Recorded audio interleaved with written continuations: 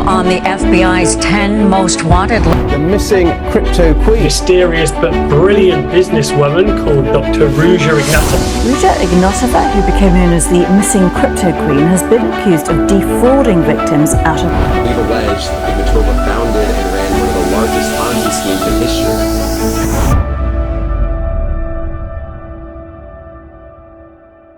Doctor Ruja Ignatova, یہ وہ نام ہے جو FBI کی ٹاپ 10 موسٹ وانٹڈ کی لسٹ میں شامل ہے، اور اس کی خبر دینے والوں کے لیے بھی $2.5 لاکھ کا انعام مقرر ہے۔ لیکن یہ عورت کون ہے اور اس کا کیا جرم ہے اور یہ کہاں ہے؟ دنیا کی ٹاپ انٹیلیجنس ایجنسیز مل کر بھی اس عورت کو کیوں نہیں پکڑ سکی، یہ سب جانتے ہیں اس ویڈیو میں۔ دوستو، 2009 میں دنیا نے پہلی دفعہ کرپٹو کرنسی کا نام سنا اور اسی دوران بٹ کوئن لانچ ہوا۔ بٹ کوئن کی کامیابی کے بعد مزید کئی کوئنز بھی لانچ ہوئی۔ انہی میں ایک کوئن تھی جس کا نام تھا ون کوئن۔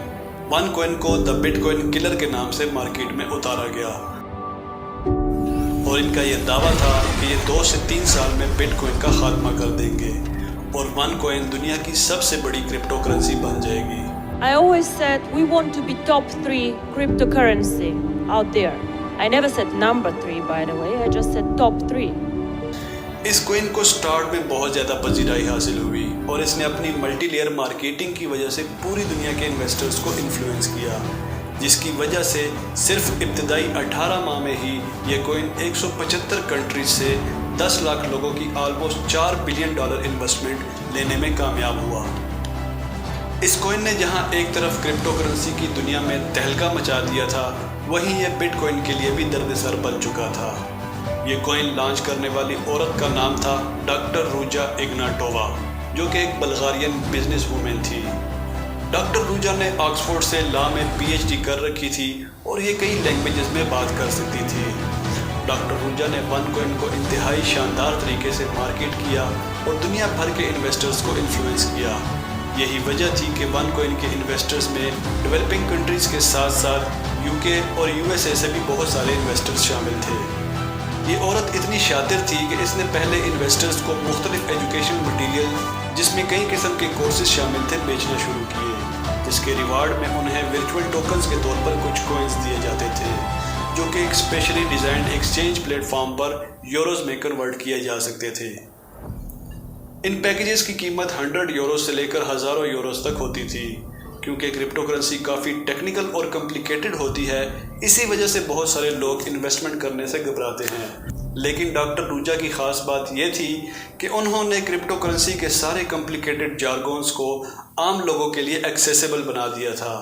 اس چالاک عورت نے 2018 کے مالی ترقی میں گراوٹ کے پیچھے چھپ کر ون کوئن کا پرچار کیا، بینکس اور حکومت کو دنیا کے مالی مصیبتوں کا ذمہ دار ٹھہرایا اور لوگوں کے جذبات سے کھیل کر انہیں ایک نئے الٹرنیٹو کی طرف مائل کیا۔ ون کوئن کے پہلے مہینے میں 3000 سے زائد پیئنگ ممبرز تھے اور دسمبر 2014 تک یہ تعداد 30,000 تک پہنچ چکی تھی۔ 2016 تک ون کوئن اتنا بڑا ہو چکا تھا کہ اس میں انویسٹرز کی تعداد 2 بلین سے بھی زیادہ ہو چکی تھی۔ ڈاکٹر روجا پوری دنیا میں ویبینارز، پبلک سپیچز اور شاندار سٹیج ایونٹس کا انعقاد کرتی اور روزانہ ہزاروں لوگوں سے بات کر کے انہیں یقین دلاتی کہ ون کوئن ہی ان کا فیوچر ہے۔ ان کامیاب ترین ایونٹس کی وجہ سے ڈاکٹر روجا کو کرپٹو کوئین کے نام سے پہچانا جانے لگا۔ اس کامیابی نے جہاں روجا کے لیے بلینز آف ڈالرز کمائے، وہی کرپٹو کوئین نے دنیا بھر کی ایلیٹ کلاس کو اپنی طرف اٹریکٹ کیا اور ان کے ساتھ ریلیشنز ڈیولپ کیے۔ مئی 2016 میں ڈاکٹر روجا نے وکٹوریا اینڈ البرٹ میوزیم میں اپنی 36ویں سالگرہ کا جشن منایا، جس میں مہمانوں کی فہرست میں نہ صرف ون کوئن کے ٹاپ بائرز اور ایگزیکٹوز تھے، بلکہ بہت سارے بڑے بڑے سپر سٹارز کو بھی انوائٹ کیا گیا تھا۔ یہ سب کچھ حاصل کرنے کے لیے ون کوئن نے ملٹی لیئر مارکیٹنگ یعنی MLM کا استعمال کیا تھا، جو کہ ایک ایسا کاروباری ماڈل ہوتا ہے جس میں ان سیلریڈ سیلز ٹیمز ہوتی ہیں، جو کہ ایک چین کی شکل میں ایک دوسرے کے ساتھ جڑتی ہیں اور پھر مختلف پرسنٹیج آف پروفٹ ان میں ڈسٹریبیوٹ کیا جاتا ہے۔ لیکن 2016 کے بعد ون کوئن کا زوال ہونا شروع ہوا۔ ون کوئن جو در حقیقت ایک پیرامڈ اسکیم تھی، لیکن ڈاکٹر روجا نے اس کی پہچان کو بدلنے کے لیے اس میں مختلف ایجوکیشنل پروگرام شامل کر کے لوگوں کو بے وقوف بنایا تھا۔ 2016 میں ون کوئن کے ایجوکیشنل کورسز کے بارے میں پہلی دفعہ آواز اٹھنا شروع ہوئی کہ اس کے زیادہ تر مواد گوگل اور دوسرے سرچ انجن سے چوری شدہ ہیں۔ اس کے بعد مختلف ممالک میں لوگوں نے انویسٹیگیشن شروع کی تو پتہ چلا کہ یہ ایک پونزی اسکیم ہے جس کے پیچھے کوئی بلاک چین ٹیکنالوجی نہیں ہے۔ ناروے کے ادارے دا ڈائریکٹ سیلنگ ایسوسی ایشن نے 2016 میں پہلی دفعہ ون کوئن کو ایک پیرامڈ اسکیم کہا اور لوگوں کو اس سے بچنے کی ہدایت جاری کی۔ 2018 میں بلغارین پولیس نے بھی شک ہونے پر پہلی دفعہ کمپنی کے آفس پر ریڈ کیا جس میں ڈاکٹر روجا کا بھائی کونسٹنٹین اگناٹووا پکڑا گیا۔ اس کے بعد ڈاکٹر روجا کو اندازہ ہو چکا تھا کہ ان کی چال ناکام ہو چکی ہے، لہٰذا ڈاکٹر روجا نے بھی محتاط ہو کر چلنا شروع کر دیا تھا۔